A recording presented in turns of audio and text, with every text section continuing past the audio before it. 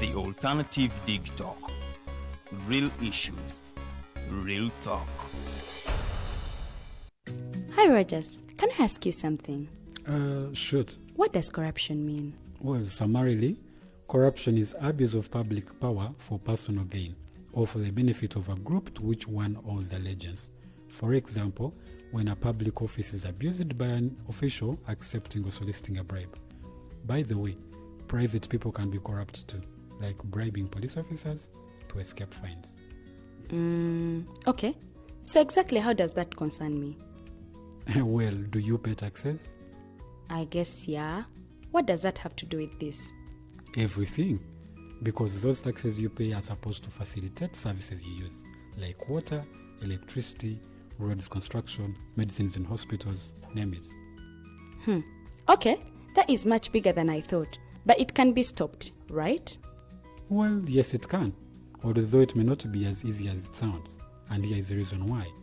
Corruption roots are grounded in our country's social, political, economic, bureaucratic traditions and policies. So, what has kept it going this long? I mean, why don't we stop it? Well, the main reason why it has been here for so long is because institutions are weak, either as a result of poorly defined ethical standards of public service, weak administrative and financial systems, or ineffective watchdog agencies. What can we do to stop it? At a national level, we must focus on strengthening the independence and effectiveness of public institutions that fight corruption. At a personal level, we must commit to never giving a bribe. I promise I'll never give a bribe. Well, that's a great decision you have made. Me and you now have to spread this message to all our friends. If we all do our part, corruption will be no more. This message is brought to you by Alternative Digital.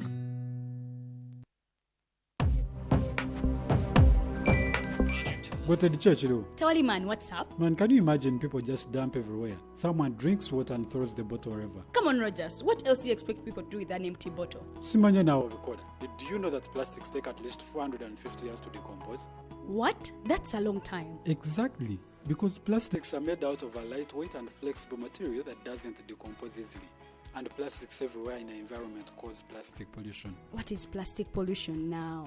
It is the accumulation of plastic waste in the environment, like bottles, polythene bags, straws. All of these contribute to plastic pollution. I have been using them without knowing their effect. Yeah, a lot of people have. Plastics are a danger to the ecosystem, both on land and in water. So how can we overcome this problem? Is there something we can do? Oh yes, we can reduce by minimizing the use of plastics, reuse by repurposing them, or recycle by collecting and processing them into new products. Everyone wants to change the world, but no one wants to change themselves for the world. How about we change our habits for the world? And it starts with me and you. This message is brought to you by Alternative Digital.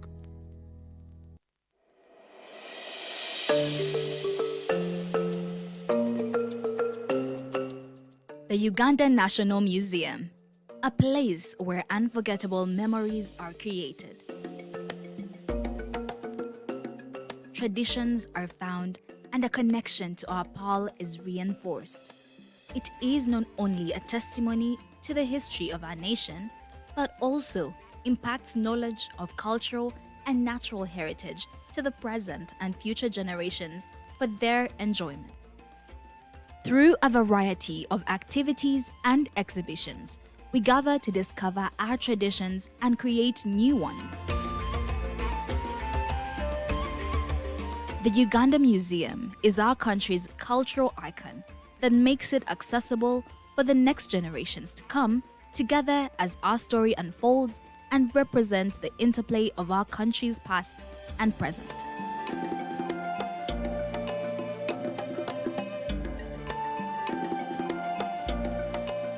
It is in our history, but also in how it has evolved to embrace optical satisfaction and new influences. Our identity as a country is not only a moment in time, but also a journey of where we have been, where we are, and where we are going. We invite you to experience the authentic heritage, rich history of Uganda. Welcome to the Uganda National Museum. This message is brought to you by Alternative Digital.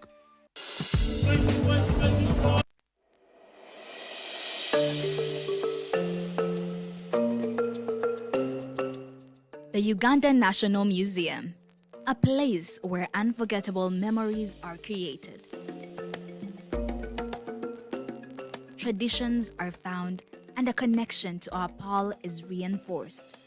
It is not only a testimony to the history of our nation, but also impacts knowledge of cultural and natural heritage to the present and future generations for their enjoyment. Through a variety of activities and exhibitions, we gather to discover our traditions and create new ones. The Uganda Museum is our country's cultural icon that makes it accessible for the next generations to come together as our story unfolds and represents the interplay of our country's past and present.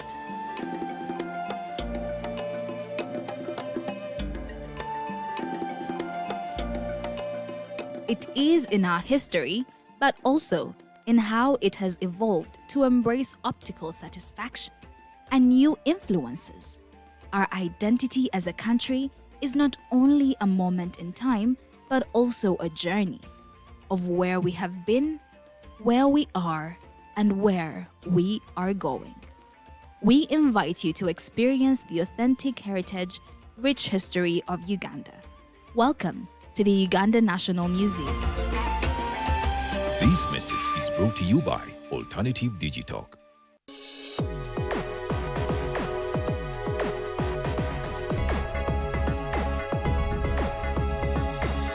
The Alternative Digitalk. Real issues, real talk.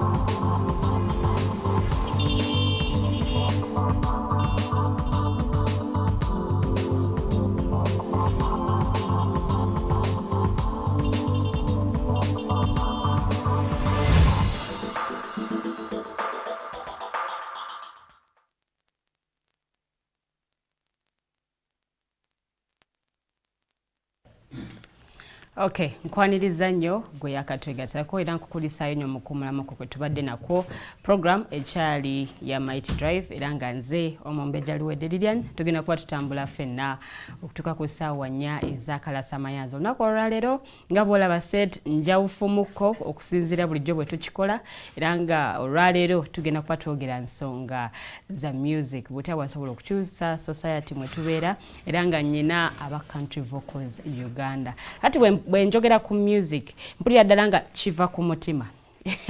But anyway, njagala naawe ate osobola okuba nga onyumirwa show era nsaba okozesa comment section tube nga ate tutambulira mu kupeje zaffe The Alternative Uganda ne Digital TV kusobola okuba nga ate oyita n'oba nga munnange oteeka endowooza yo ebibuuzo byo nsaba obiteeke ku mwanjo nnyo tusobole okuba nga ate tutambulira wamu abagala country music.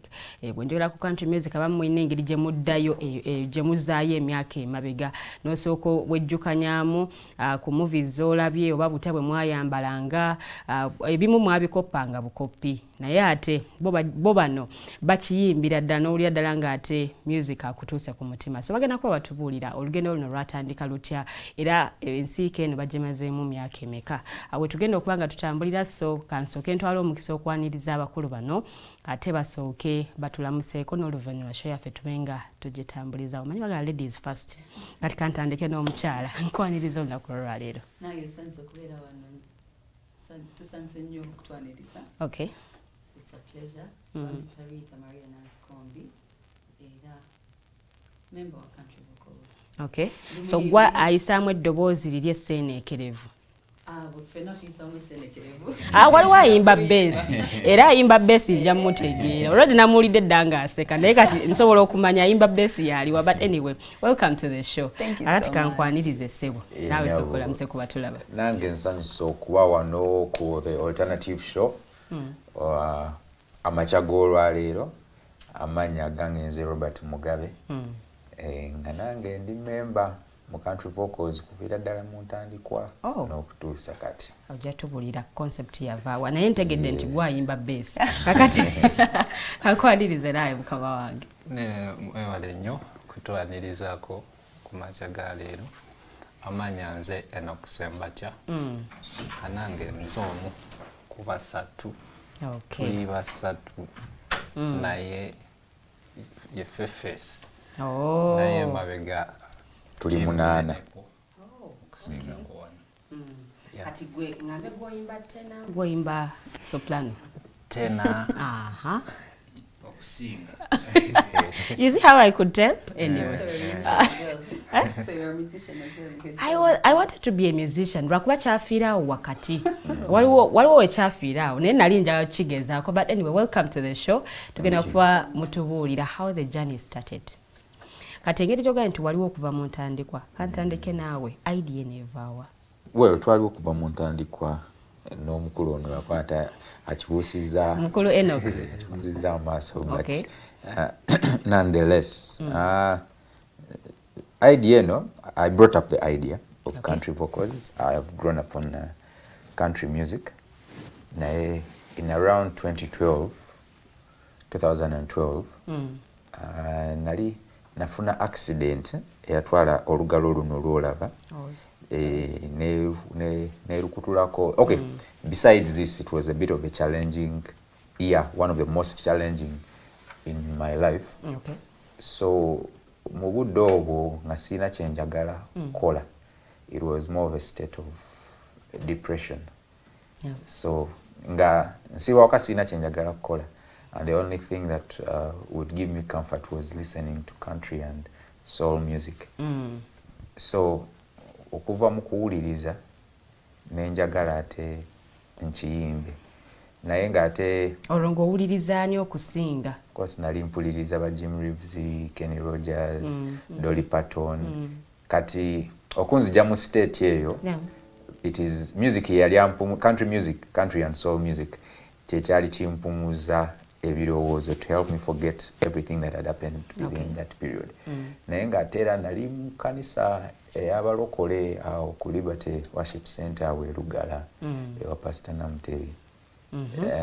Kati mukubaawo nga njagala kubakubi b'ebivuga nedda nga ndi nga nyimba mu kwaya. Naye kati mu kaseera ako nga music eyali ayimbibwa nga tampumuza bulungi, nga owulira tekimala bulungi, si butamala nga mu kaseera ako ke nali mpitamu okumponya kye twali tukola kyali tekinyamba bulungi, nga njagala nnyo okufumiitiriza. Okufumiitiriza. So lumu ngendako ku church yaffe Masanafu gye nali nakulira. So nsanga omukulu ono ng'ayimba, nenjagala nnyo kye yali akola ne banne be yali nabo. So nenesanga nga mbegaseeko in their choir by then. And in that moment we started up country vocals ne tukola ekintu nga kya church, nga it was church based. Yes, so ne tutandika country vocals just as a church based a cappella group. Nga tuli nno bangi. Sorry? Anglican Church? Yes, and the Anglican Church. So thank you for the highlight. So nga tuli bangi, so ne tutandika country vocals naye nga yimba mostly mu church. So n'emirimu gye twafunanga nga bamemba ba mu church bye batuwa ne tugenda ne tuyimba nga tuyimba on the country gospel. At that. Naye of course mutuuka ekiseera ne mutuuka abantu oli n'abagamba naye munyongerere mu ku bwalaavu. Tutandika okwonooneka bwe tutyo. Of course mbaddeko mu church, so bw'osala okudda eri bagamba oyimba byansi. But anyway, kansooke okuteekeko on hold. Omwami oli yawagalidde dda ne gita ye. Kati ngenda sooka mumusabe ampeemu akapera ku luyimba lwasinga okwagala, ndyoke mubuuze ekibuuzo ekiddako. Sooka tuwemu akapera katono nnyo.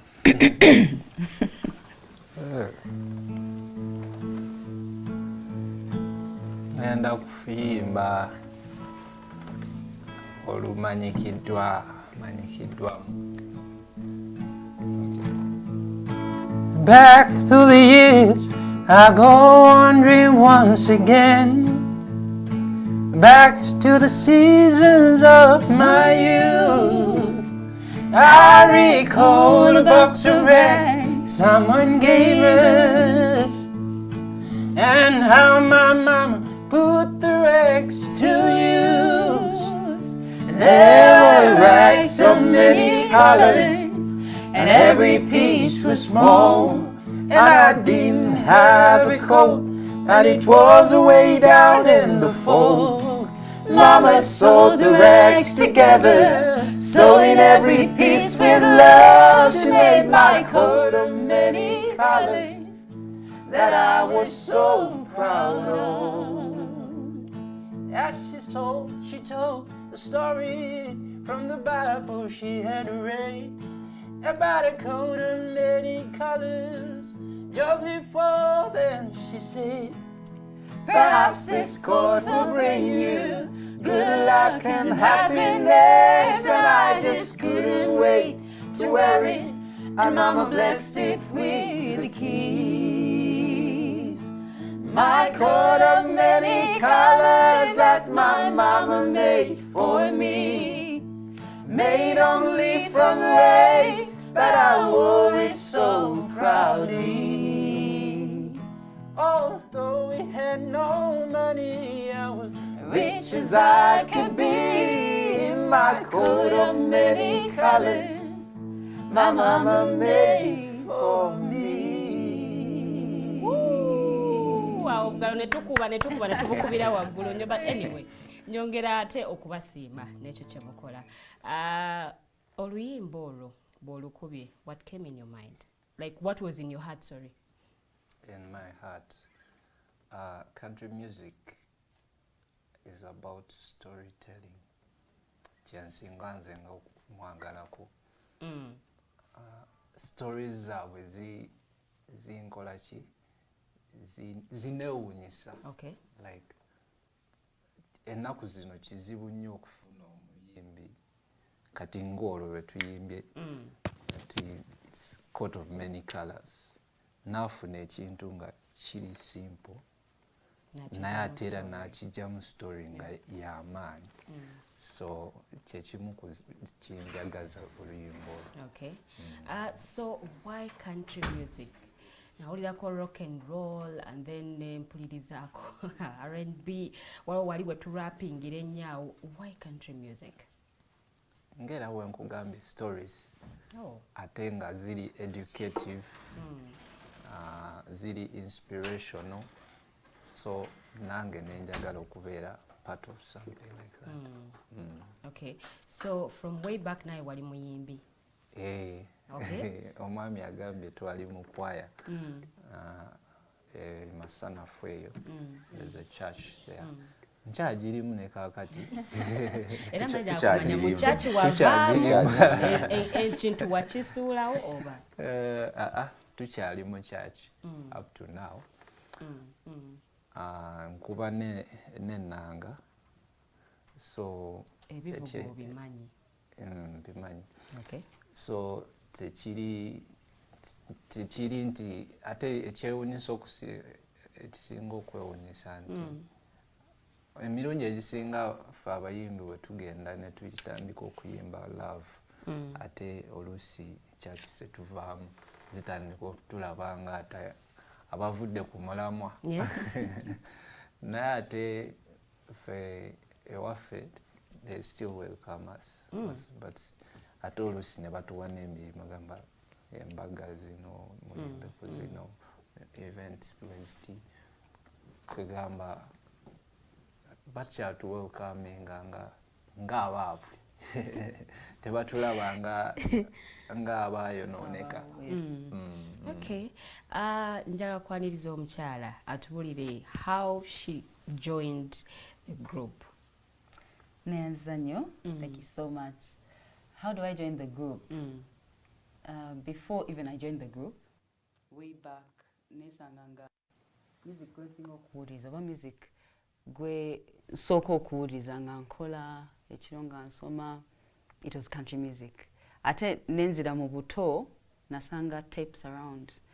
Tapes, you know, tapes aba generation bands of Tasmania, these small tapes. Zino jokwata pen ya biki no jinyola boti. Tape. Nasanga around home. Yeah. And I played the tapes, and I found nali simanyi what country music was back then. Naye over the years in Sanzenti, it was country music ever since. So I think my dad used to listen to that music. Okay. I don't know why he had that collection. Kati wenzija mu bukulu, around high school, I got to a specific, was it a concert or a show? One of those, something like it was at Namirembe Cathedral. Namirembe Cathedral in the round, it's the Synod Hall. And I found this gentleman performing.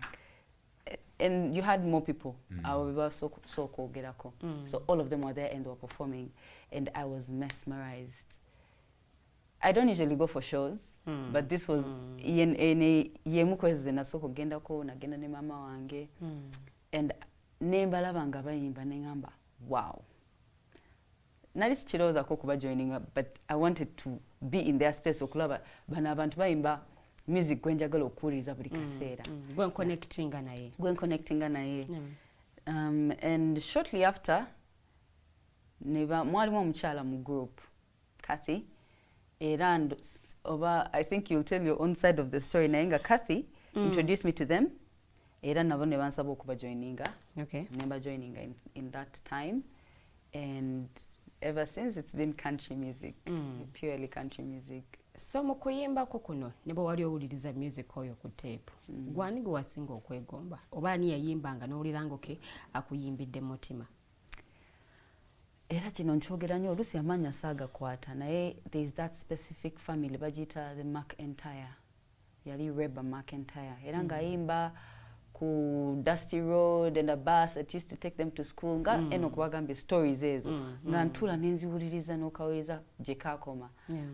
So Reba McIntyre used to really sound. Reba McIntyre, Dolly Parton, eddoboozi eryo tedi kuyita ko tegera nti ono Dolly Parton. Okay. Mu basajja si nnyo bwe nali eyo omuto. Naye abo be basinga okukwata kennyo. Wow. Okay. Sijja kuyimba lulimba lwa Dolly Parton nyinza okukola ensobi. But anyway, katutambulira awo. So mutandise olugendo luno.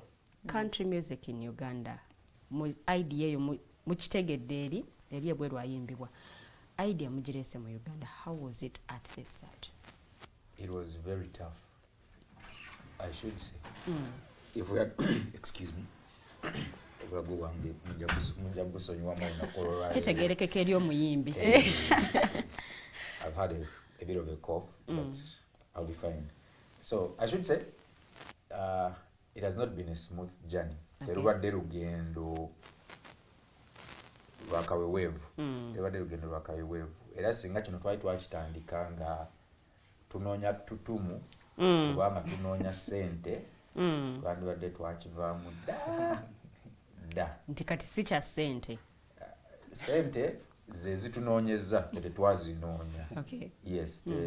At some point kyatuuka nga abantu bayagala kye tukola and they were ready to pay for it. So we had to set a price for that.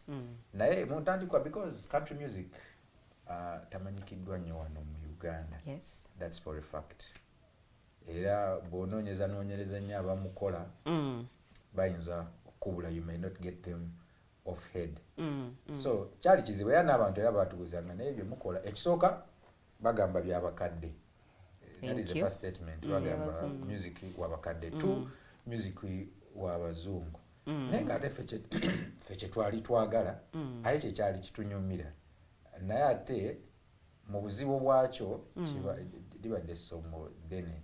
Mbu w'olemera ku kyoyagala n'abatakyagala batuuka n'okibakaka ne batuuka ne bakyagala ate ne bakyagala nnyo n'okusinga. Exactly. Ne bakyagala nnyo. So with time abantu batuuka ne bagamba maybe bano tetulina kyakubakolera, let us just embrace them. Katubagale nga bwe bali. Exactly. Katubagale nga bwe bali, and it started to make sense later. Let me involve in this question about family. Omanye ebiseera ebisinga oba n'ekirooto ky'oyagala. Naye bw'oba tolina family ekubackinga up, kifiira mu kkuba awo. How was the reception eri family okutandika okulaba nti kati otandise okuyimba? Kakati ffe nga bwe nkugambye gye twatandikira, ekisooka twatandikira mu church. ate nga kyewunyisa bazadde baffe bonna bayimbi ba mu church. Kati twayimbanga country gospel ng'ate n'abazadde is what they are also singing, is what they resonate with. Okay. So nekituuka nga bakyagala tetusula oba tetwasulanga mu mabala mu biduula mbu tusuzeeyo omuzadde okumuteeka ku bunkenke yeeraliikirire. Manya abazadde tekibagaana kweraliikirira nti omwana nga ajja kwonooneka. Those are the statements they make. Abayimbi bonoonefu, abayimbi kina, abayimbi kiri. I believe you've had many of them. That is true. Naye, one, with the kind of music that we do, with the way that we dress up, si kyangu kuleetera muntu kweraliikirira. Okay. Omanyi ennyambala y'omuntu olumu nga we bagamba mbuno, people will address you by the way that you dress. Kakati n'omuzadde okutuuka okugamba okweraliikira mugenda kwonooneka alina byatandikira okulabirako. Music bwe tukola tawemula. Okay. That is the first thing. Ennyambala gye twambala teweebuula. So kyali kyangu, even up to this point, they always support. When we have shows, they always come up for the shows. So honestly speaking, tetufuna buzibu n'abazadde. Does it also apply to him, Mwami Ssembatya? Nange mbadde ne musical background kuva ku bajjajja nga bayimbi, bataata bayimbi.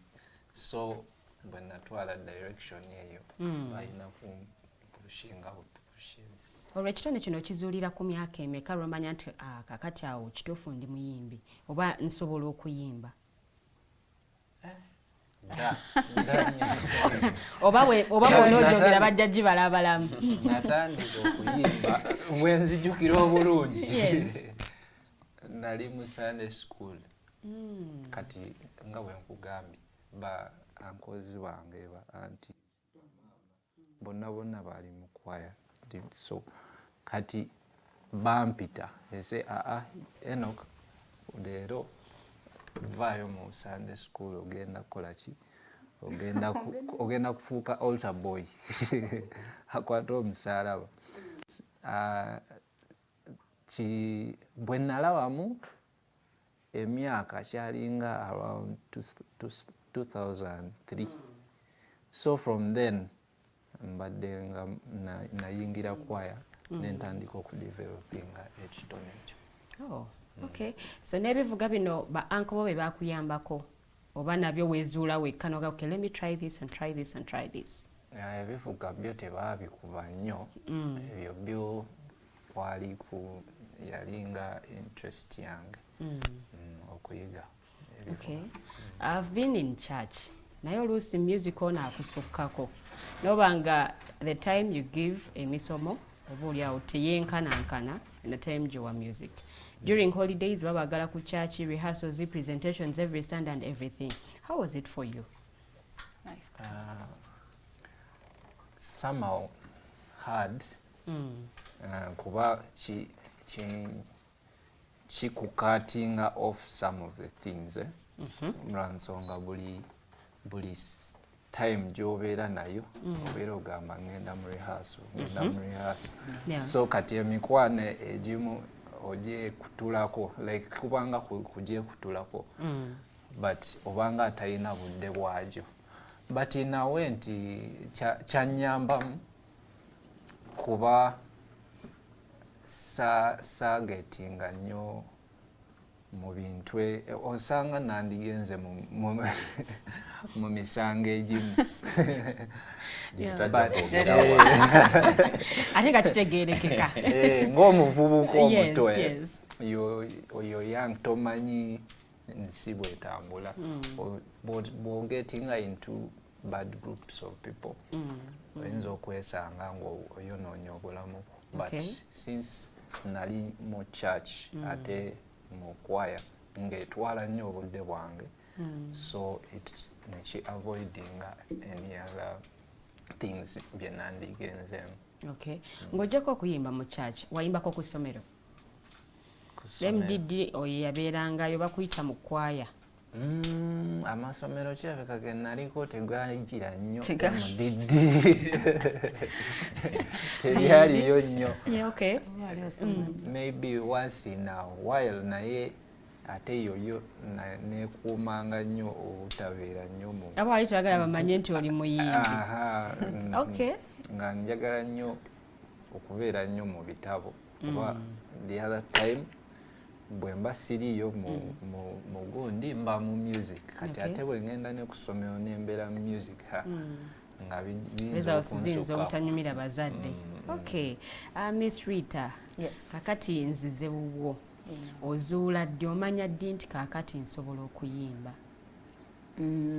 Kandabe okuva buto kale njagala okuyimba naye kati okutandikira ddala okuyimba ndoza 2006 around 2006 olwomaze okuwuliriza ku teepu ziri oba ezo nziwuliriza zonna nziwuliriza ba Whitney bonna ba Houston the old school music njiwuliriza and I'm not certain whether I used to sing around mama wange yayinza okuŋŋamba naye we na joining a choir eya church yaffe Bulange St. Rachel ever since 2006 sivanga mwera koro nentandika oyimba naye nga tuyimba hymns ezeza church era okuyimba nga nkwagala wenda okuyimba nga nkwetabamu so okuva 2006 I was certain nti njagala okuyimba era ne mama wange was the family okay?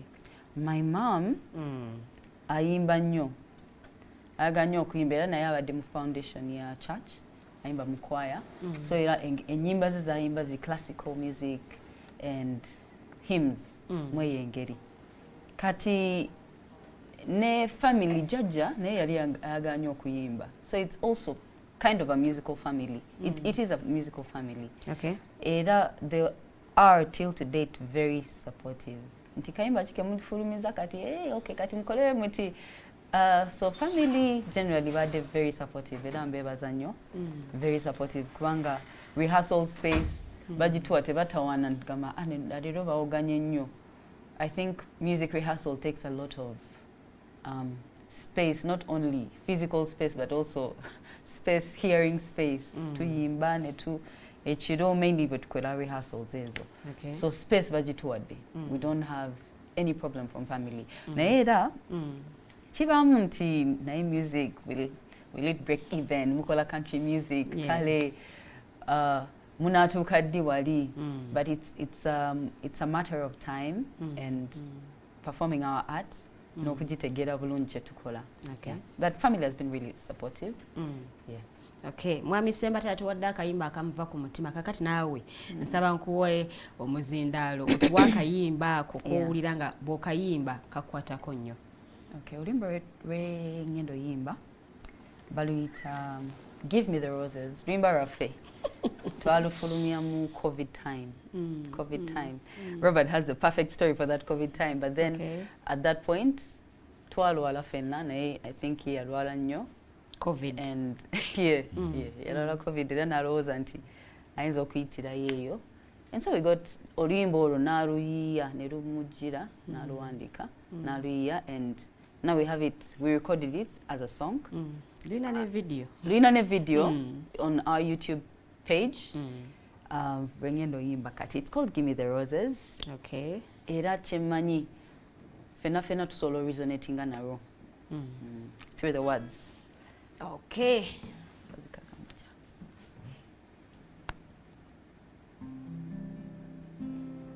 See?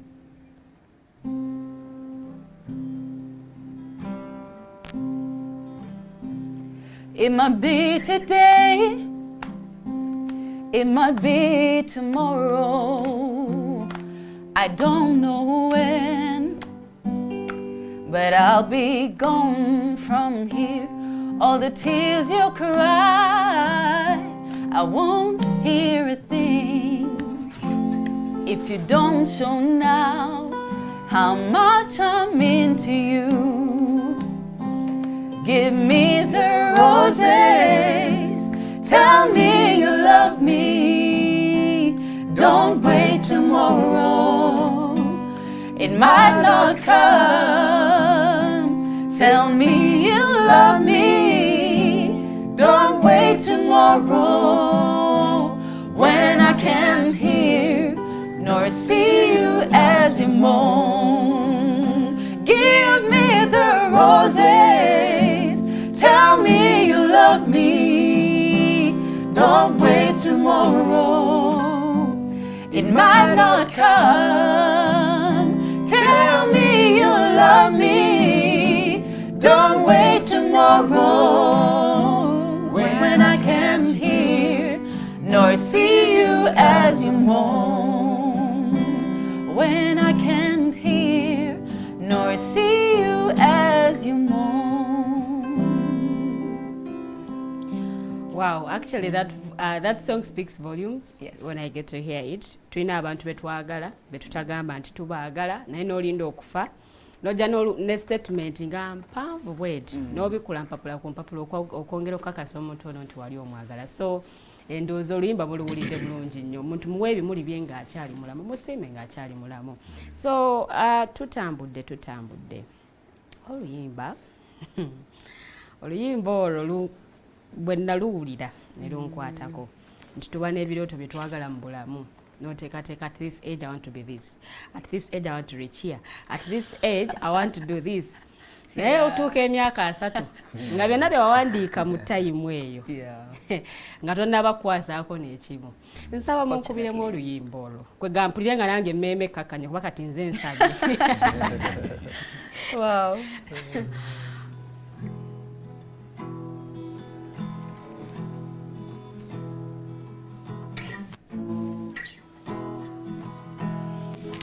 I was thinking by the age of 25,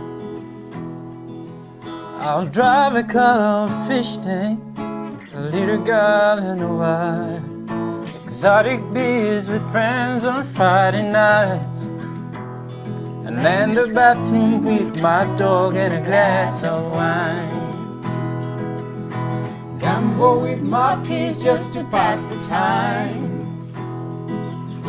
Drunk or when I'm sober, they always got my back. I have black watch, leather jeans and big bikes. Fill the tank with a group of 30 and hit the highway. These dreams are gone far away. Life has not been fair to me. 'Cause I'm about to make 30 and nothing but my life has changed. Oh, what a shame. But deep down I'm hoping I don't end this way. These dreams are gone far away. Life has not been fair to me. 'Cause I'm about to make 30 and nothing but my life has changed. Oh, what a shame.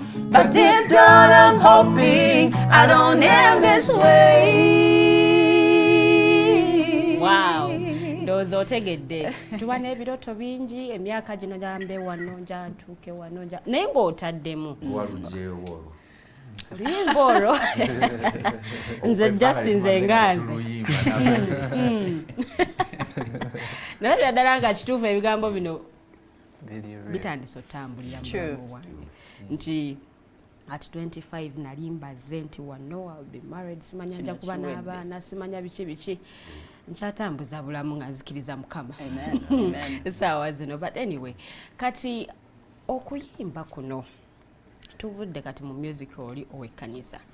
Tutandise okusala okuyingizaamu obwalava obutonotono. The song she has sung is deep. Naluno just tukwata ku bulamu obwa bulijjo abantu obulamu bwe tuwangaaliramu. Ani olwo atandika okubanga awandiika ennyimba zino? Ennyimba zino natandika okuwandiika naye nali simanyi mbu nsobola okuwandiika. Naye ogezesa bugezesa ennyimba no twawandiika twagendako mu studio emakindi eno ne turecordinga album number. Wow. Album number netutafulumyako na lumu ate batusasulidde studio nga byonna bye tuwandiise tuwulira tebikola makulu ne tuzirekayo ne batuyita muno n'ennyimba zammwe. I think ng'okwekkiririzaamu okwo twaziwandiika ne ziba nga nnyingi naye zonna ne tutuuka ne tulanga tezina obuzibu makulu bwali ki bigambo tebyawera no ebigambo no byali kyeka byali biwera I'm not sure okay naye I think olumu kuwegera otuuka n'olemu okugenda oli olina okuyitiramu kati twatukanga netulaba byetuwandiise ne byetukoze ne tukomparinga ate n'abatusooka yabakikoledde emyaka kati netulaba katujira tuyimba ez'abalala bino eyaffe katubisuule album namba nefa bwetyo nefa bwetyo olwo sente ani azireese kuba kakati bwe ziba nga zifiiriddeyo akasente ako kakulu nnyo eri akabawadde kubanga tekafulumiza bibala ani yaleeta sente waliwo omwami yajjanga maneja waffe naye aleka naffe byetwakola byamumalamu amaanyi so bwe yasasulako ze yasasuddeko naffe ne tukuŋŋaanyayo ze twakuŋŋaanya netukkiriza zifiireyo naye nga tetubifulumiza tetwali tukoze by then naye tumwebaze twali tugendangako mu studio he gave us our first chance in studio wewawo bye twakola tetwabifulumya naye ate kyatulaga mbu nno bisoboka kyatulaga mbu nno bisoboka so later I think actually I think from then netujjayoko later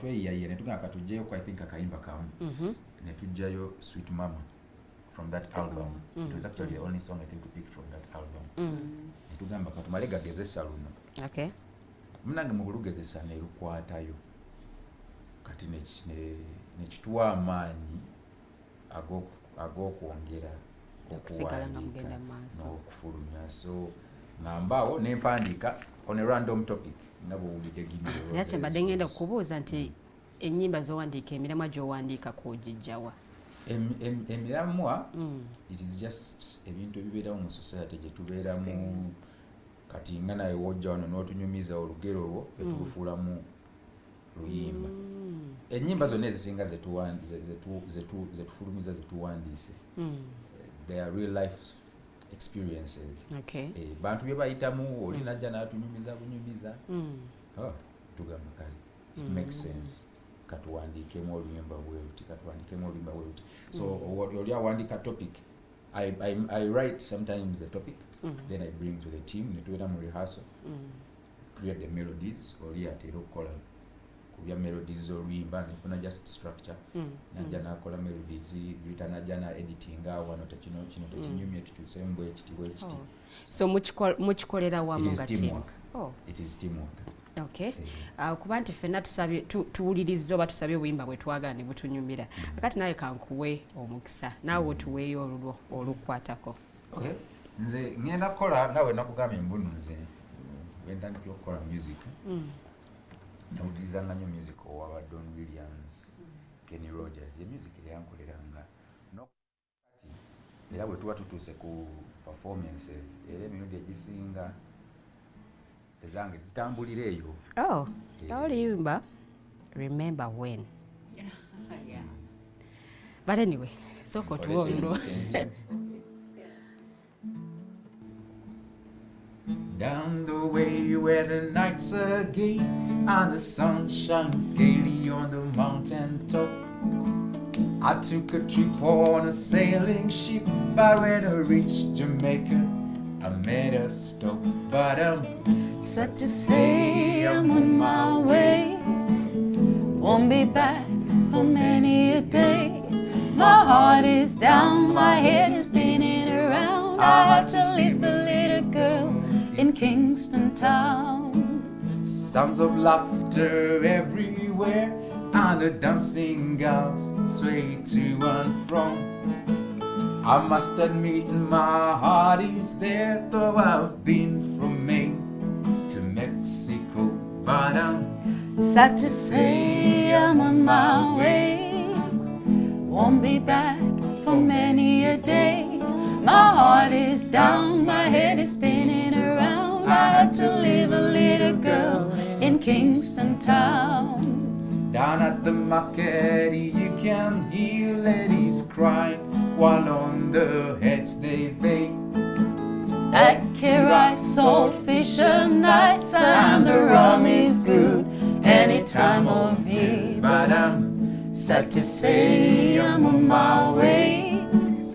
Won't be back for many a day.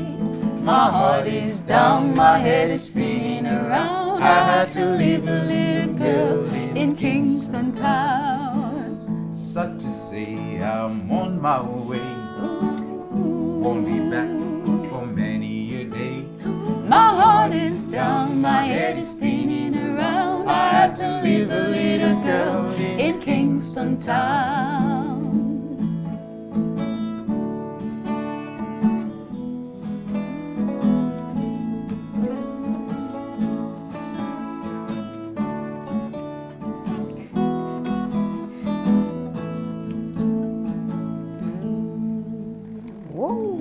So remember Rita Jamaican Farewell, one of my favorite country songs.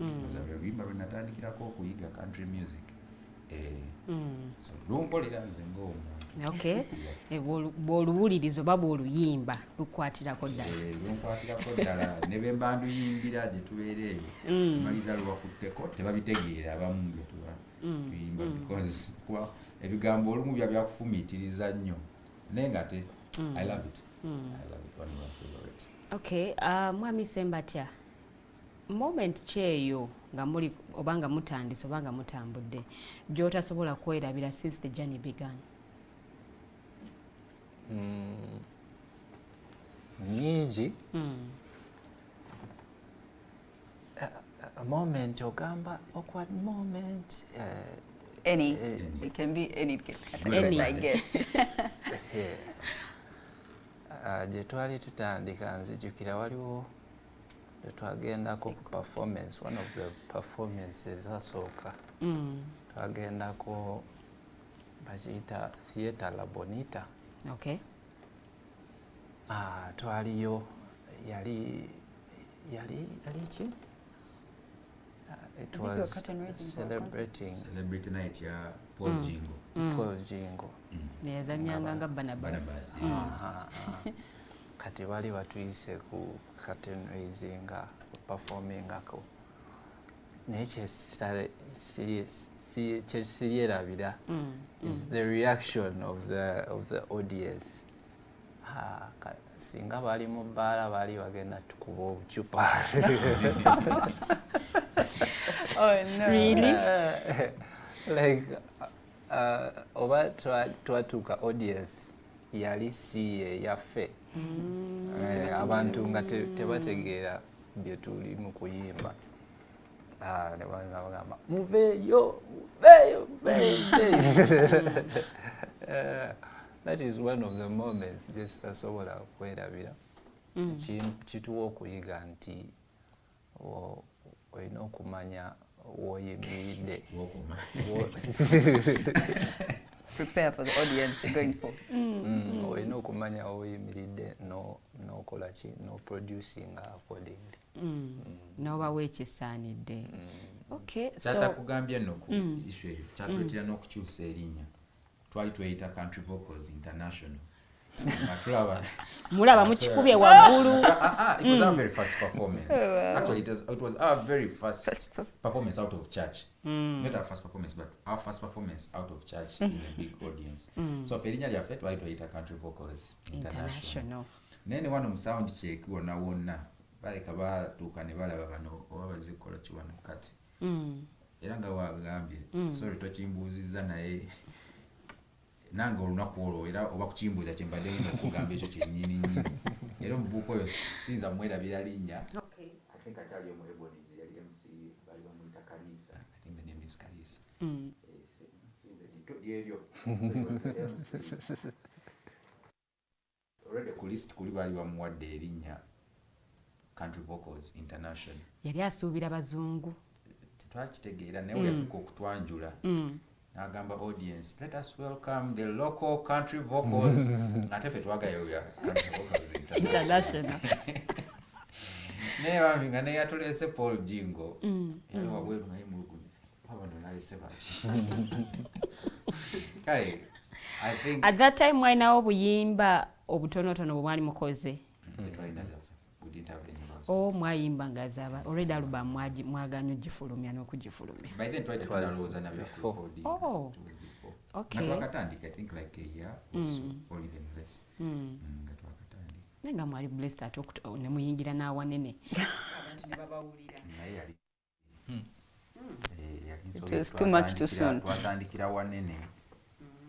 Twatandikira wanene awatatugwanira tetukolangawo ku mbaga tetukolangayo workshop something outdoor. Notandikira mu audience enene ngeyo ya theatre. So n'abantu bali bawulya country vocals kati nebye twali twambala by then kyekantu batukanaga mwajira mu cowboy kyennyini. Twali tunabifuna naawe ebya cowboy nga byakweyiya bweyiya just ngoye za bulijjo ate nga muyimba country music. Tuyiya bya cowboy tetulina buutu tetulina ki naye nga tuyimba country music. Okay. Naye waba kyabijjukira bo tusawasayo baleme kubanga ate Omuganda yalugera n'alutuusa naga nti kyerabirwa mugambi naye gwe bakigambye tasobola kyerabira so mmwe be bakigamba temusobola kyerabira. One of our videos that we released nga musanyufu naye simanyi oba yali ajjukira mbuno yefe abaali ku show when he was commenting on one of those videos. In my heart when alaba comment ye ngamba bajjukira ekyali ku night ye kolo. Okay, so moment eyo we yatuukawo, what was the biggest lesson gye mwasinga okufunamu, Miss Maria? Unfortunately, moment eyo simanyi. I think abasajja there is a way gye batwalamu ebintu simanyi kati ng'omukyala we nandibadde awo nandibadde, but unfortunately moment eyo nali siriiwo nali sinaba joininga. That was way back earlier on nga bakyali bangi. Okay, so Mwami Ssembatya, biggest lesson ki gye wajja mu moment eyo, because kikangamu bw'oba otandika ne bw'oba otandika business oli najja n'akugamba mu butuufu by'otunda nedda. Lesson ki ey'amaanyi gye wasinga okugyamu? Kirungi nnyo okugrowinga mpola ye lesson esinga obukulu okuyita mu mitendera gyakyo kikuyamba okuperfectinga skill yo then n'okugrowinga abantu nga bakumanya mpola nga bakumanya mpola. Yeah. Okay. What has been your biggest lesson in life? In life? Ne career gye wasalawo okutwala n'ebirala. Sorry, ne path gye wasalawo okutwala. Those are follow your heart and your passion. Kuba ekuwa direction. Ebintu ebimu oyinza okuba nga obikola nga tomanyi lwaki. Kuba bwe ndabamu way back then ennyimba ezimu kati ze tuperforminga kati ebigambo like the lyrics ezaazo nazikwata dda nga nkyali muto, like I was listening to them. So nekimpa kyenva nkugamba nti follow your passion kuba ekuleadinga ekutwala eyo gy'olina okubeera. Okay. So emisomo wagigusa oba okuyimba kwasinga emisomo oba music yakira emisomo giri? Emisomo nagigusa nensoma art and design. Okay. Kubeera nali kuva buto nga ndimu ebifaananyi nali nnyo kuba bifaananyi kuba graphics. Mwakozesanga zi 6B ne 2B. Okay. So kati abazadde bwe baalaba ekyo ne bagamba mwana ono agende mu art school. Era bwe namala ne ngenda ekisubi waliwo awo art school bagiyita Michelangelo. It is one of the best, let me say, when it comes to art mu Uganda. Okay. So nembeera awo nenkola diploma yange in art and design. Neera nkyali mu art kubanga bwe namala nenyingira graphic design right now ndi mu branding. Okay. But tuva mu by'okuyimba ndi mu branding yoyo okuteeka ebigambo ku anything. Yeah. Okay. Miss Maria. Yes. Nzize wo emisomo jagguka kuyimba kwasinga emisomo. Byonna bitambulira wamu. Okay. Maybe before I get to that point, wambuzizaako ku lesson gye tuyigamu eyo scenario eyaliwo. And I picked something. Nti obulamu kwanga kyemanyi Mwami Jingo yalabamu Country Vocals ng'agira Country Vocals International ng'alaba yali asuubira kinene. Kyeyalaba and I'm certain yali nga yatulabako n'alaba ekintu mulimu eggumba. Kati sometimes obulamu bugenda tusuulira ekintu and tebugenda tulinda tubere ready. You have to be ready. Nti we bakuyitira obanga musirikale otambulirawo. Obere ready, which is also tough. Naye nga kyendabamu, it's something that I really need to also apply. Okay. And I think it's something that can really help all of us. Nti be ready. Tetulinda ate vitala kwaka, then now you're ready. Then to the point that you've asked me, emisomo byonna bitambulira wamu namaliriza university with an honors degree in community psychology.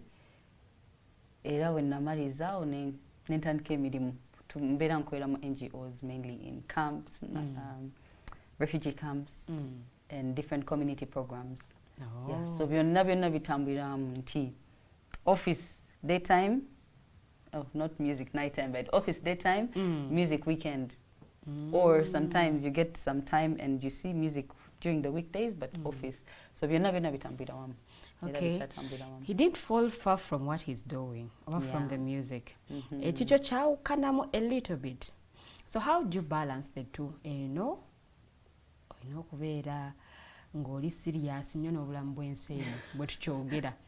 Kyokka ate eno olegezaamu n'osanyusa ne ku bantu. How do you balance the two? It's not easy, especially back then. Back then bangamba nti baali bankozesa. Generally nga weesanga ebiseera bingi olina obbiwaayo mu office. And they will not understand you daily. Nti this week wali off, next week wagala kubeera off. How can you be off twice? So it was really difficult. Yes. Ate kati emirimu gye nali nkola nga mbeera wala si mu Kampala. And now with music you have to do rehearsals 3 times a week. Before the show mwino kola rehearsal ne mukungana ne muitamu ne mulaba kachikachi ketatereza. Ndikiki je bagenda okubiramu n'ebirala. All those things ga mwino bitereza. So tebyali byangu nnyo. Right now nkola ne company ya Domi Arts. It's an art company. Okay. So nange nkulide mu family ya art. Kola basically visual art. Nayo eri quite tasking, it's a lot of work, but then empobudde okuba nti ndi wano, ndi mu kifo, and I can do the music and have time for the music as well. So there's sort of a balance. A balance weri si kyangu nga Enoch yasoso gamba nti wesanga nga ebintu ebingi byolina okukola ebisinga tosobola bikola. Emikwano, you have to meet friends and nedda. This time ndi mu rehearsal. Then before you know it, weekend kati ngenze ku mukolo ogwo gwe twali tutegekera. So some things ogenda nowesanga nga mubisindise ebweru, but it's all about planning for them, intentionally planning for them, because wesanga nga ebimu obirese ddala and you remember, I actually had to do that, it's important. Okay. Yeah. So what has been that biggest lesson in life gwenga gwe jofunye?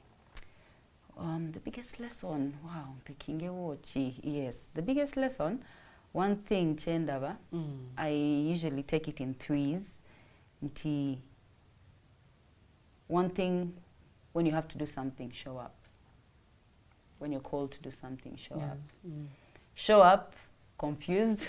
Show up whether you have all the things at your fingertips or not. First, show up. Then second thing, do your best. Do your best.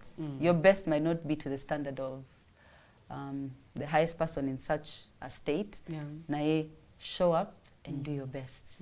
And then the last one is let God do the rest. Yeah. So I think those are one of Njita one, but it's one of the things that I usually rehearse and think about every single time. Yeah.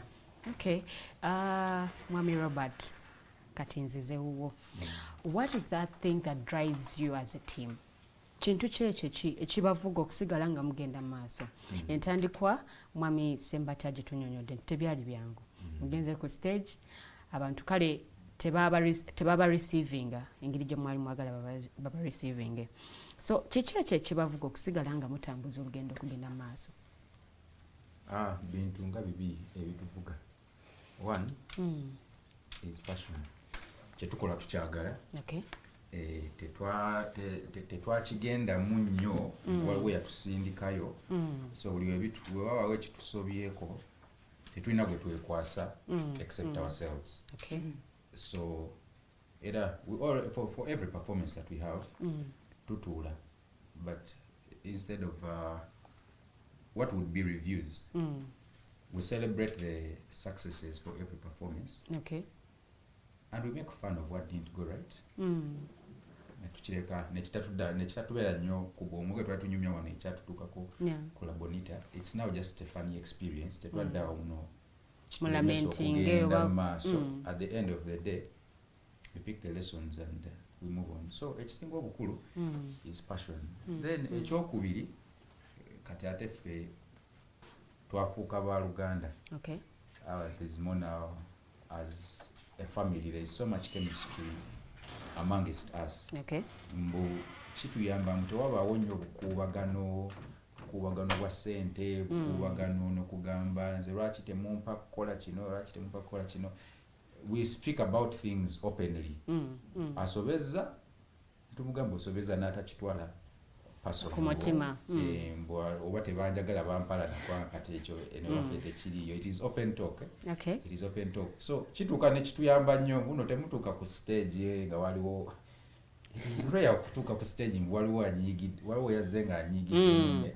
We have our small fights, but like I've said, they're actually very small. They don't mean anything. They don't hold water. Bagamba abaana bajjita mwewulira. Abaana bajjita bagamba mwewulira. Tubeera mu rehearsals ku church. Gw'osembayo okutuuka. Ate bw'otuuka otandika oteekawo amateeka amapya okusinziira gwe ky'oba olina mu mutima gwo. Tekirimu mu group. Kakale munange Katonda atuwadde ekisa. That we are driven by humility. We are driven by humility. N'omukulu yatuyise wano. Ndoza ekintu kyagamba ne banange mbadde mbasaba mukeereko nitumugamba twetaaga okukeera n'okusinga gwe era kimwewunyisiza okuba mbuno yatusanze wano. At the end of the day, humility has taken us places. There is not a client that we've worked for not connecting ku muntu mulala. Bwe guba mukolo nga gwe batuwadde abasooka okutuuka abasemba okuvaawo. Abasemba okuvaawo to connect with the audience. Si muno amaze bakubira endulu and you don't want to connect with people mukwate kubo mugende. So ekyo ekyokugamba mbuno malala naki si muno tutulawo ne tukiteesa nako tubebye tuwaze, but I think it is just by the grace. The grace and something that is just within us. That kino tekitufuula nnyo bakabi oba banjawulo ku bantu abalala. We are just like any other human being. Tutuuseeko tukitwala muno kisa enkya kigenda kukeera nga tekiriiwo. Okay. Luyimba olulala, luyimba olwo abantu abamu bwe baba baagala bannaabwe teboogera. Teboogera afa kisiiri kimulumira muli mu mutima. Nemba nga naluwulirako somewhere. Obawa. Somewhere naye nga naluwulirako era nga nsabye nalwo wakiri bampemu akapera. Chorus. Oh, verse and chorus. Surprises. Let's try. We have to recall.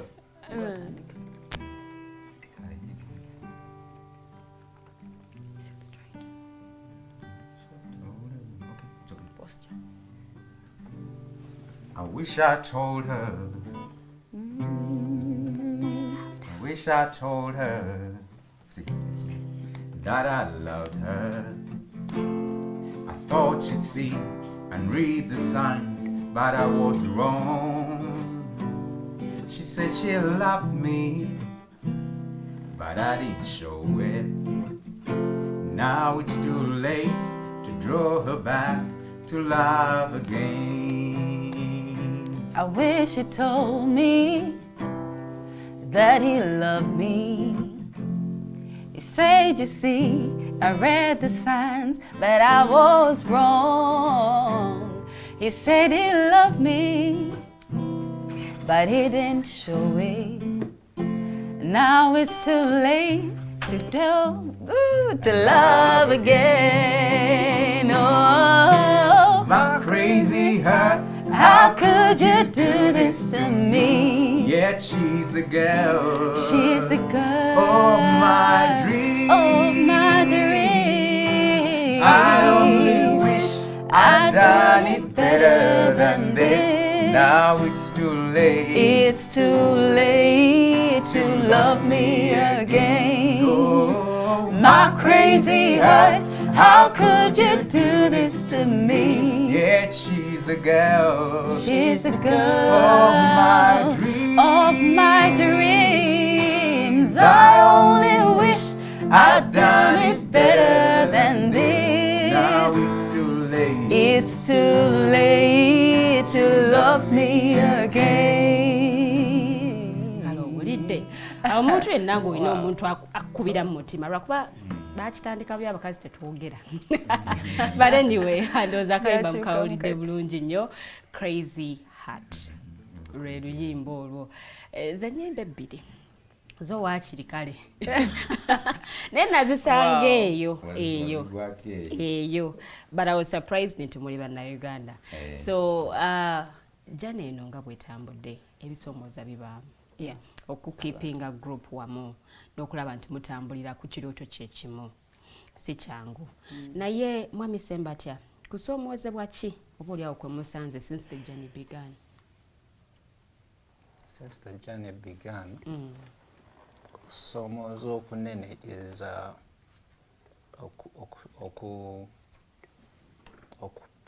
okulaga abantu kyoyina ate n'okukibaagazisa. Ekyo ekibadde ekizibu.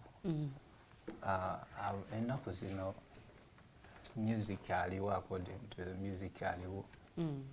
Abantu baagala kintu music wakubuuka, kuzina, kuchamuka. Kati ate ffe music waffe it's mainly the message. Kutuula n'ofumiitiriza. So okukyusa omuntu, okumujja mu kubuuka, omutuuze wansi awulire kigambo ku kigambo. From awulire ekisooka, like the story nga bweri paka akayimba gye kakoma. Kibaddemu kizibu. But through the years, somehow abantu abaagala kye tukola batandika okuwuliriza ne mutandika okufunako ku following, abakuzaamu amaanyi ne bagamba what you're doing is good, don't give up, it is good. So through the years abantu batandise appreciating what we do. Industry ya music right now abamu bagamba eri very fast, edduka nnyo. Music omuntu afulumya oluyimba after a month oba tokyaluwulira olwo ng'ate tusaba lulala, and it's demanding. Kireetera omuntu okubeera ku pressure, olina okufulumya and everything. So how do you guys do it? Music wammwe mumuta luvannyuma lwa bbanga ki? Tetulina nnyo bbanga, but nga bwe nkugambye nti music waffe kirungi ali message based, tali beat based. Like kuba ekinyuma ku luyimba si beat, but the words and the story of it. Kuba katulina oluusi emirimu egituweebwa naye ng'omuntu ayagala njagala munyimbira oluyimba olwa Sweet Mama, naye Sweet Mama yafuluma 2015 naye nga ye lwayagala. So ffe nga ffe tekitwafectinze nnyo ekyo ky'ogamba lwa nsonga music waffe it's the message mostly abantu gye baagala. Okay. Miss Maria, albums tulina mmeka kati? Albums tuzibala tulina wosatu. Okay. Ezijjudde? Bbiri eziri confirmed. Okay. Yes. And one is in the making. Kuliko ennyimba mmeka? I have to count. Each 12 each. Yeah. Okay. So music ono gwe muyimba oba country music oba ekika kya music kye muyimba nga wali wetwogeddeko nti mwatuuka kwebonizi babalabye bulala and everything mu ngeri gye baba bookingamu mweteekako price ya waggulu oba omuntu wa bulijjo asobola obbafuna bw'aba nga alina omukolo? Omuntu wa bulijjo ayagala okuwuliriza music ono. Omuntu wa bulijjo atufuna era n'owa waggulu atufuna, kisinziira ku kwagala kwa country music. Kisinziira nti country music oba bye tuyimba bitegedde kwega tulina abantu abacutting across. Kasita ategeera nedda njagala omukolo gwange gwa kika kino, baguests bange ba kika kino, nange mwennyini I listen to country music or I love that style. So abantu we are affordable. Temukalubya nnyo kintu. We have different packages. We tailor them to your budget and your event. Okay. Mwami Robert, wenadde mpita mu comments. Asazawo ne neewaayo nziyitemuko, but there was a comment egamba nti lwaki music ono taplayingibwa ku TVs oba ku radio zaffe eza bulijjo. And the question is, mwe mutamutwalayo oba media ya wano tenaba ku appreciating maanyi gali mu music gwe mukola? One, ekyogamba muno taplayinga, I think it is relative. It is not entirely true. Okuplayinga amazima gali mbuno aplayingibwa. Naye I think music waffe ali audience based. Taweebwa airplay nga ono ekigoma kino bwe kikuba. Naye ola music waffe alina ekizibu kimu bwali audience based. Stations ezikuba music waffe ate naffe tetukinenyeza muntu. We can't even blame them lwaki temukuba music waffe because buli station, say radio station, TV station, they have a target audience. Yes. Kakati with Kwanga, you'll find when Bob FM was still there, I think almost on a daily music waffe yali akuba. Okay. Radio 1 music waffe nakati achakuba. Once in a while on Capital you'll hear a song from us on Sanyu FM. Naye Kwanga kati era nange nja kati nawe benyinya babuza era nange babuza lwaki kubuke ku Radio 1 mulimu music yago tagenda kusanga konga kubirako. Simply because it doesn't suit the audience that the radio is targeting. Tutojja sangako kadongo kamu. It's on rare occasions. Kwanga mazima twagezako okumutwala ku stations endala naye olaba nga twafuna experience eri ya Labonita. Mbuno buli wogezako okulooza muno you going to target everyone. Omaliriza oyonoonye bikuddira. So netutuka it was an experience. So now twakiyiga that not everyone is going to embrace our music, not everyone is going to play our music. Naye nga ate where it's supposed to play, the audience that we are targeting, they honestly play it. Okay. Then another question was, lwaki ennyimba ze muzimba mu luzungu lwokka? Abalina olulimi lwabwe baagala bawulire mu music ono bamwagale bamwembrace nga bamutegeere, ate muyimba mu luzungu ate nga abamu tebalutegeera. Bambi abo bagwa ku luyimba lukyamu era bagende bakebereko ku nnyimba endala kweziri ku YouTube, our YouTube page, zonna gye ziri n'Oluganda tulimba Lunyankole, and now we have an album biteekamu oluzungu mbu era bamazima kale ebisinga bibadde bya luzungu naye kuba akayimba kano aka Crazy Heart bw'okazza mu Luganda kategerekeka bulungi nnyo nti kituufu abaana tebaatula bigambo tebabijjaayo just bagala tusome ebikolwa mbu simanya ebikolwa n'ebirala naye ate era munange olaba music ino w'Oluganda gyali naye naffe tetumanyi how it happens mweteekayo olw'oluzungu lutambula kati ate abantu bajja ne banoonya ekiriko views oba comments ennyingi ne balaba okulaba ekyo kati kiri ekiriko entono ne bakibuusa amaaso naye bwagenda kukikebera naye nga inaku sense music ow'Oluganda gyali naffe twali twakiraba ekyo we need to come back home a bit mukwate ku bantu baffe abawano okay ka mutuweeyo oluyimba lwe muyimba mwenna basatu since you're the face nga buli omu awulira nga ffenna tuluvayibingirako oba ffenna bwe tuluyimba essanyu liba ly'amaanyi nnyo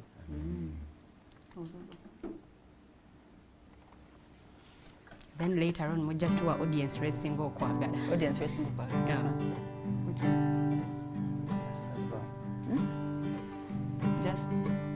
Just as long as that old river flows, the sun comes up and the north wind blows, just as sure as these are guaranteed, honey, you can depend on me. Just as long as that old river flows, the sun comes up and the north wind blows, just as sure as these are guaranteed, honey, you can depend on me.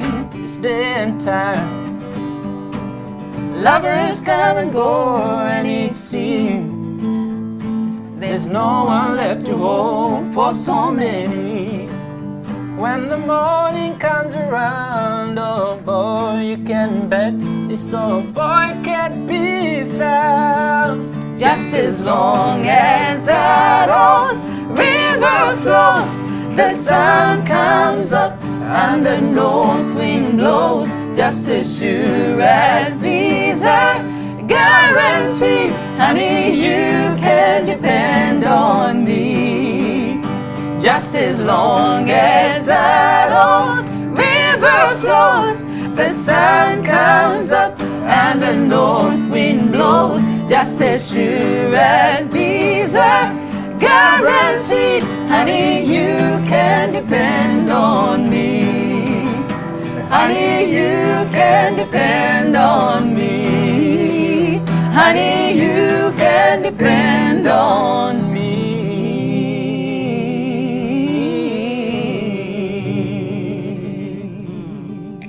Weewaawo ndoza oluyimba muluwulidde bulungi nnyo ekiraga nti oluyimba luno lw'amaanyi omukyala yakutte gita era enkatto yagirimu kakati era ne baba bayimba olaba ddala nti oluyimba luva ku mutima bonna balwagala ono bwatunulako ku munne n'oli bwatunulako ku munne kweganga akamwenyumwenyu kali waggulu.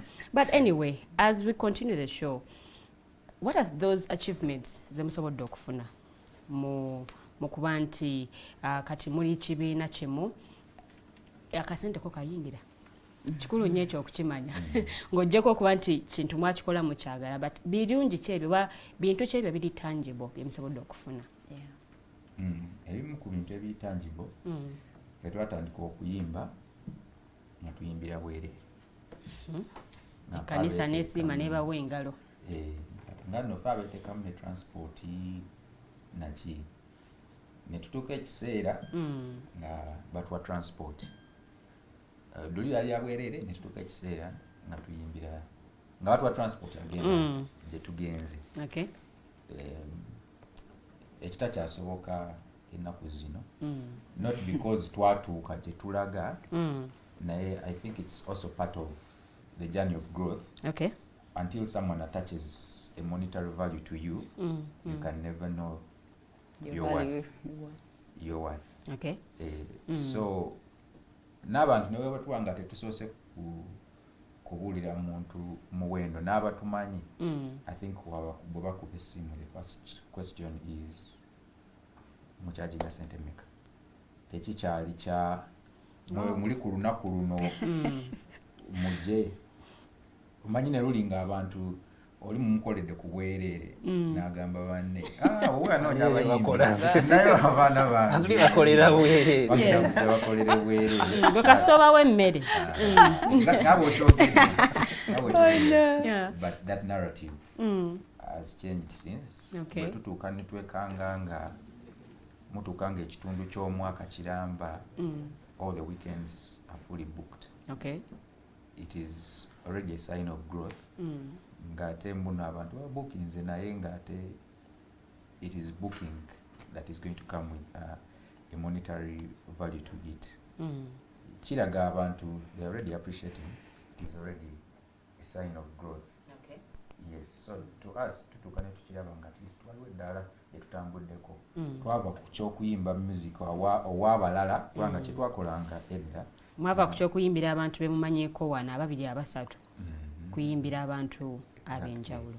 Exactly. Two, bw'otuuka n'olaba nga ne music gye twayimbanga, twayimbanga music w'abantu balala, like other people's songs.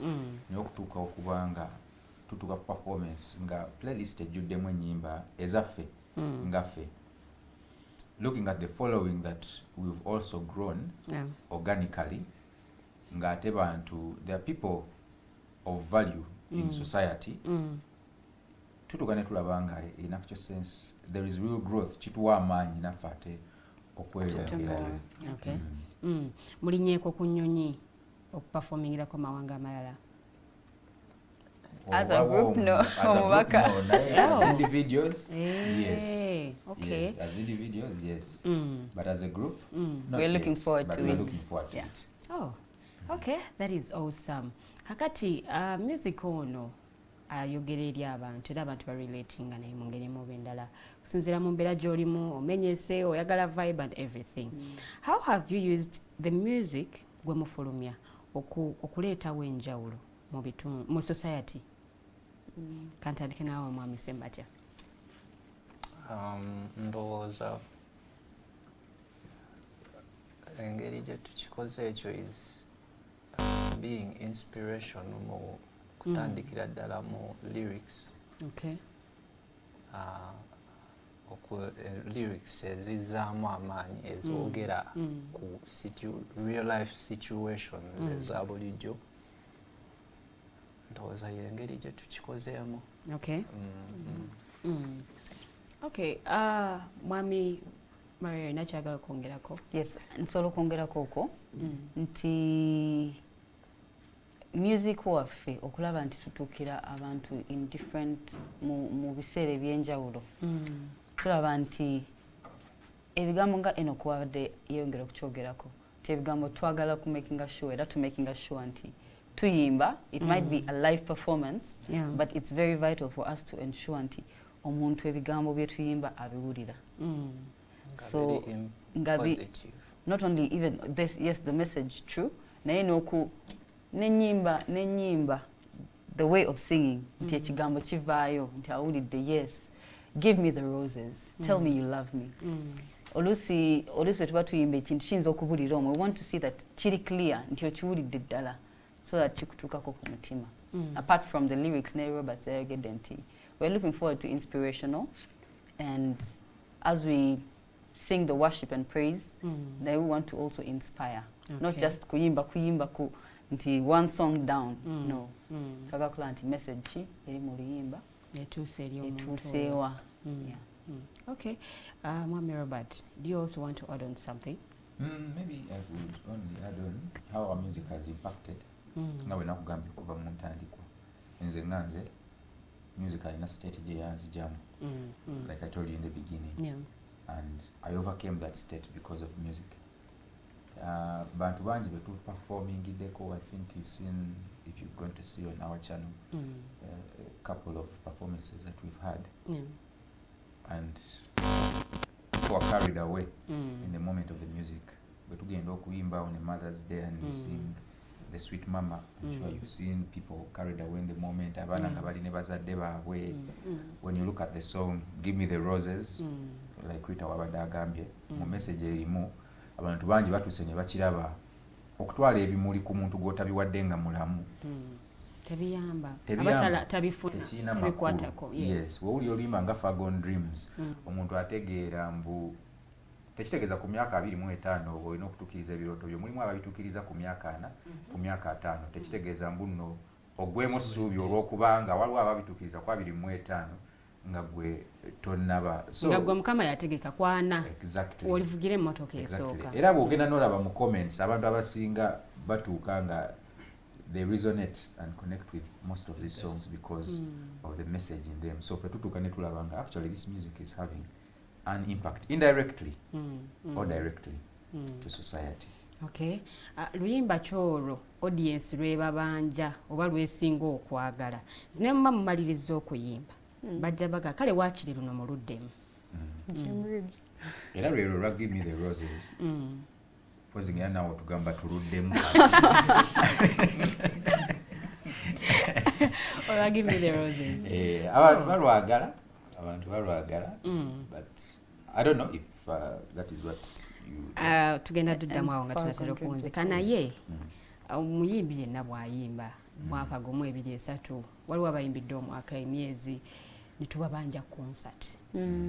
Enteekateeka eyo weeri.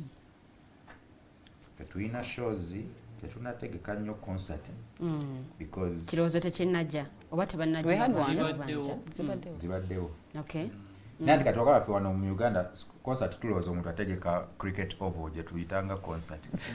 Siyokka so oteka ku seredo nayengera nga twagambye lulingo Enoch akugamba embeera ya labonite eyo yatuleetamu entiisa n'emyaka giyise naye ebyokuyiga tebiggwawo mbu otuuka n'omanya level zo kati tutegeka but we have mini concerts z'abantu 5 abantu 10 because we know the country audience is still growing. Okay. Togenda kutegeka concert nga tolina kuba curtain raisers. That's the honest truth. Naye bw'onoonya the people that are doing the same thing as we are doing bayinza okubula. Mwagala bali mu line yemu namwe. Maybe not even directly in the line nga basobola kubanga kati country music not fan base, the clientele, the people that will be in the crowd, the guests, baja kuba expecting a specific kind of delivery or service. So n'abantu abaja oku curtain raising, they should be somewhere nti bano chebawa nabo it's something that they can take in. Maybe we also don't know what exactly would have as curtain raisers, but then from the first concert we had some other country musicians, we had poets on board, we had dancers, salsa dancing, and so far it was good, and we're looking forward to okuli and Ndala. But while we're in Ndala, on 14th of June, if that is, to us that is a concert. To us it is a concert, because ideally it might be in a smaller space, somewhere else. Naguru from Panamera. Yes, we have a concert kuyingira kwa mitwali ina 14th of June. So bona abagala country music abemeza nabo je bali abemeza bookings bookings. Okay. Naira mwegatagattamu awo ena ne mulaba abajja ku meza. Ndoza mwalimu Jeremiah akiwulidde ekyo. Eno gisonda na wano. It's a bit of a smaller space. Tickets already zafuluma? Yes, tickets are already out. Tickets are already out. So a smaller space, then abantu bayinza okukola reservations zaabwe. Okay. And then they reserve the tables. I think ideally bantu nga 5 bebagenda. Okay. Yeah. Choreography bumteka mu video zammwe. Bwongo okyoyo agamba nti okay video eno etambule bweti twambalemu ekicowboy wano gwe yimirira wano gwe kola bwoti ne bwoti mwami Enoch. Ubono yandikize mpanga yakola. Oh, okay. Okay. I'll have to do my research, and that is good choreography. Naye bye tusinga ekirungi kya country music era character ya country music is simplicity. Okay. Katugezaako okulaba nti tugendewa mu kifo ki so that we bring out the country touch atete tukisusa nnyo kozo kisusa nnyo kiba kifulumya country music so mujja kuba muyimba naye ng'ekifaananyi kibalaba tekigatta bulungi so twetaaga kuba mu planetegereza ndaba omwami ono alinga ali background ng'eringa ekisenge ky'olubiri though I'm not so sure whether it was the one but anyway you tell us ekisenge lwali luyinja Lubiri. Kisenge ky'olubiri. Oh. Olubiri luno lwa Kabaka. Oh. That's what you meant? Yes. Anti a war. Oh, okay. Now Lubiri. Lubiri lwa waka. Kagamba. So videos etukola, we just try to use our community. Bwe tuli emu twafuluma ne tugendako wala. What's that island? Kalangala. Ne tugende Kalangala. Naye still naye twali it was simple. Kutambula wano kutambula just simple ideally yeah to be awamu Kongo okola kambuwala nnyo okay yimirira wano nawe yimirira wano collaborate naye it's more just like Robert said for us it's family what you get the rights for a purpose tujja kikolanga wogambye naye era wetulaba nti tujja kugamba nedda ffe tulowooza kino so it's more of communication yes okay atayazize mwambala za bbeeyi oba atayaza z'ekicowboy za bbeeyi like akasimbi ako si buzibu oba mulina abambaza specifically nga mulina omuntu gumukolagana naye wana Uganda tetusobola kufuna watu ambaza tweyambaza okera n'okigatta n'ogattagatta okay outfit netugamba tufune eno ono yatera okutuwa okukola research nagamba munoonye bwekiti okay mufune bwekiti ekiri close to this munoonye so tukeberako ku country musicians and what they've been using so that ekifaananyi kyokka tekivaayo mu kuyimba nene mu image and appearance yeah so tugeza kukola research can't run away from the cost the cost is you can't do country music tambalanga wa country because at the end of the day kale washiteka kenkofiira no chonna nebweba gato kwa juzi tuina omukolo gutwaliko client yatuwa omukolo I think it was a family kati mama wawe nabuuza beba bambala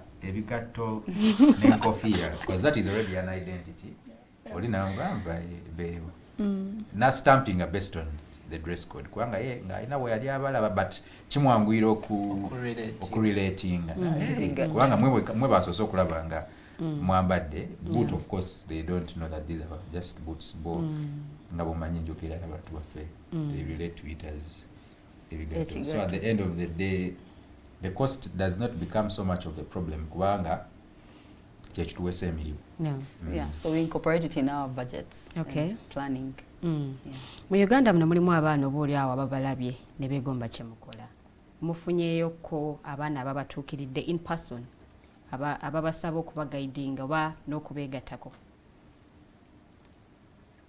omuwundo okay I didn't see that coming yeah that's true that's very true pozi abanji bagala kutwegattako kwegatta ku team yeah which okwegatta ku team and they're basically digital tetunabatuukako kuba kwogera nabo yeah maybe Enoch can do something okutwegattako kwandibaddeawo naye through the years tugenza olaba nga kuba twatandika twali kumwenda abayimbi bokka abakubi 8 oba 6 so we are 13 in total in 13 ne kati wowe olaba abayimbi kati kitegeeza era obadde ogenda kuba ne seti y'abantu 9 n'ebyuma byonna nga toliko babyuma just abamaloboozi bokka supposed to be 9 but through the years tugenza olaba nga ate buli gye tweyongera okukendeera ate ne impact gye yeyongera okukola ki okweyongera flexibility in working flexibility yeyongerako mu ngeri nti bwe mubeera 6 omu asobola okufuna ekizibu ono asobola okubeera busy. There is more kizibu nnyo okukola ki okwesanga nti at the same time mwena weemuli nti oba at this time at this day buli omu agenda kubeera available, but buli wetukendeera buli wetweyongedde kati abasatu ate tukoze bingi nnyo bye tutasobola kukola nga ate tuli 13. So right now space ey'okujoyininga ntono nnyo. Though we can guide and do some mentoring naye okujoyininga kizibu. Okay, tusigaze eddakiika ntono nnyo okuba nga tuwunzika. Kati awo wensabira mutuwe music. mutuwe ennyimba ezo Munnayuganda zasobola okulaba n'agamba okay, kati awo then bano abantu kye baliko kyekyo kyennyini. Okay, I think tugenda kukolayo oluyimba kuba ndibaga tetukola Luganda. Tuleme kuvaawo nga tetukozeeyo. Okay. So how many songs? Atsoke tufuneyo olusooka tweyongereyo. Kale nyabo. Which song? I think it's Rosanna.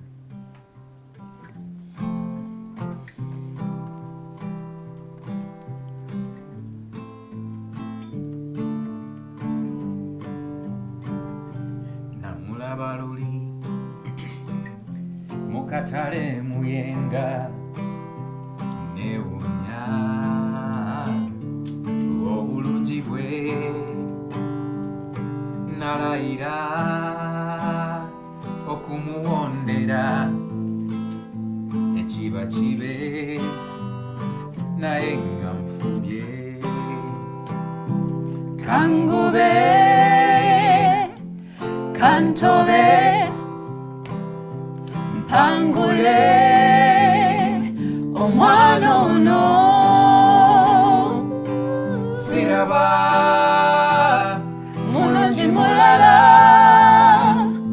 amwenkana Rosanna muwanvu mutono Rosanna atambula biri ebikubye enkyukwe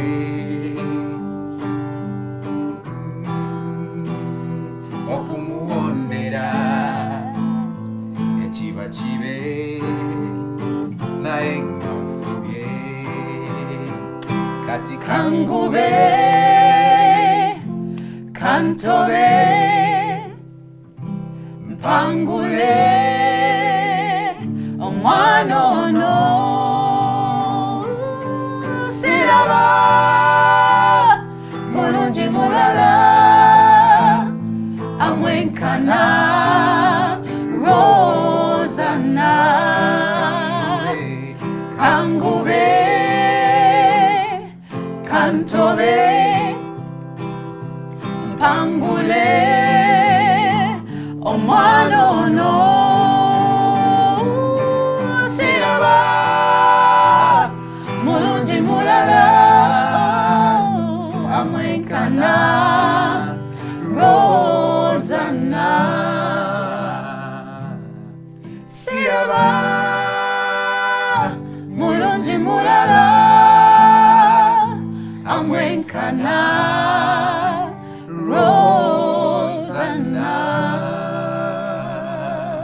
Oh, mwana oyo Rosanna oyo abeera muyenga. Oba yali ayitayo buyisi. Okay, tusigazza eddakiika ziringa 5. Ngenda saba buli omu ku mwe atusiibule then oluvannyuma mwongere mutuweeyo akapeera akalala. Kantandike naawe Mama Robert. Abatulaba mwenna kibadde kya muwendo era tubadde basanyufu okuba wano omulundi gwaffe ogusoose ng'ate atusuubira tukyadda omulundi omulala. It's been a great interaction talking music and society. Kibadde kya kitiibwa nnyo to have this invitation. Ate era tusaba Mukama bayiseemu mu lunaku luno ne mu nnaku endala tubasiibuddeko.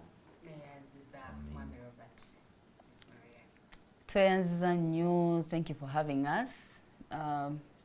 Kiseera kibadde kirungi nnyo. Simanyi oba ebadde over 2 hours or 1.5 hours, but ekiseera kibadde kirungi nnyo. Era twagala okudda okubeera nammwe, okwogerako nammwe neera. Kyembasaba okutulaba, okweyongera otulaba nga tetunnadda. Musobola otukebera ku YouTube channels konna kwe tuli. As Country Vocals UG, ku TikTok, on Instagram, kwe tuli. Era n'okubalekera ebigambo nti definitely music can shape society, and let's use music for that in Uganda specifically. Mwebale nnyo. Nyongera okwebaza nga bannange, okwebaza okutu hostinga wano olunaku olwaleero, ate era n'ekirala nti abaagala otulaba nga 14th 7th tenawa confirming, so it's 14th omwezi ogujja. Tugenda kubeera ku somewhere else, Naggulu, ba former Panamera, wetuli awo. Tugenda kuba nga playing country music live with all the instruments. Wano tubadde basatu naye team neneko, tuli abantu munana. We'll be playing live. Era tujja kuba basanyufu nnyo okubalabayo.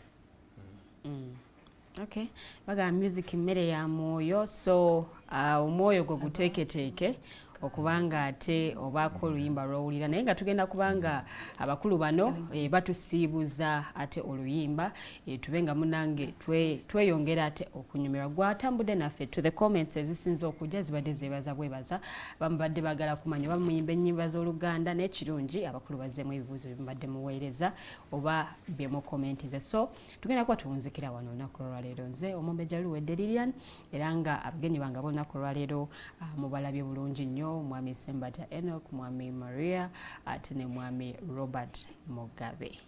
Awo ne bwetyo bwe tutambudde. So Mukyala Rita Maria, era nga be bonna ababadde abagenyi bange ab'olunaku olwaleero. So tugenda kuba tuwunzika ate n'oluyimba lwe bagenda okuba nga batuwa okusinziira bo bwe banaaba basiimye, then tuclosingira awo wennyini. Okay, tugenda kukola oluyimba baluyita Healing Hands. Nera we Healing Hands tusuubira lunaabayisamu mu lunaku olwaleero wali ow'emyoyo. We are very certain it will be a blessing to everyone that is watching this show. Because it's a blessing to us. Because it's every a blessing time we sing it, well. Okay.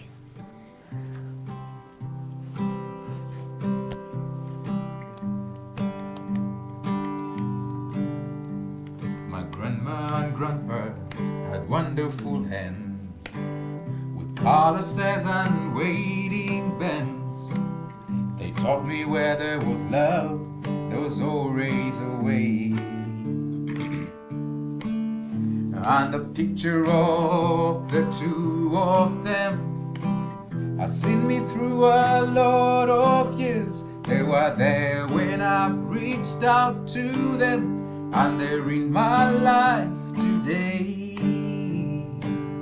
Healing hands, something I can hold on to. Healing hands, a touch that understands. Healing hands, I'll always be drawn to. Hearts that belong to.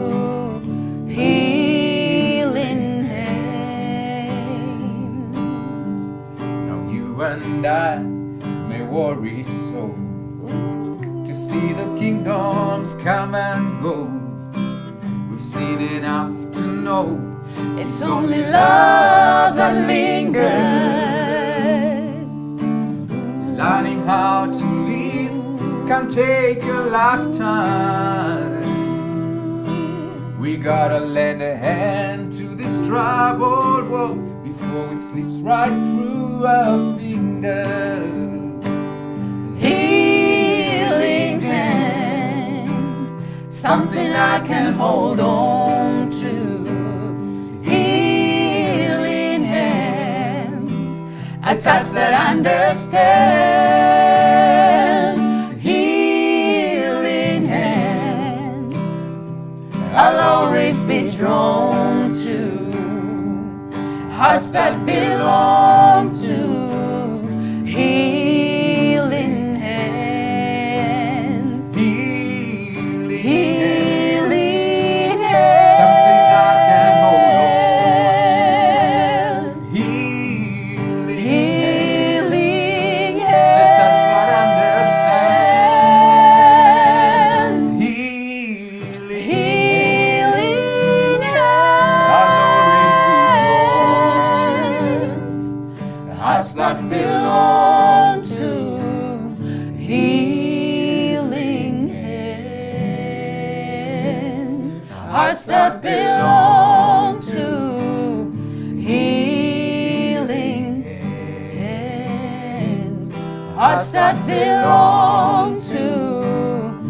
Healing hands.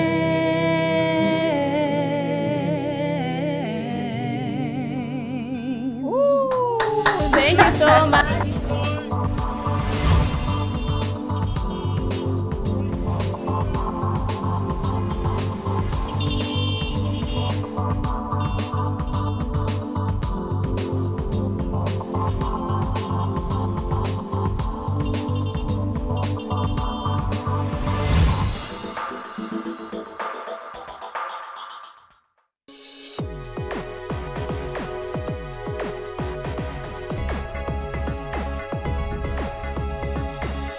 The Alternative Dig Talk. Real issues, real talk.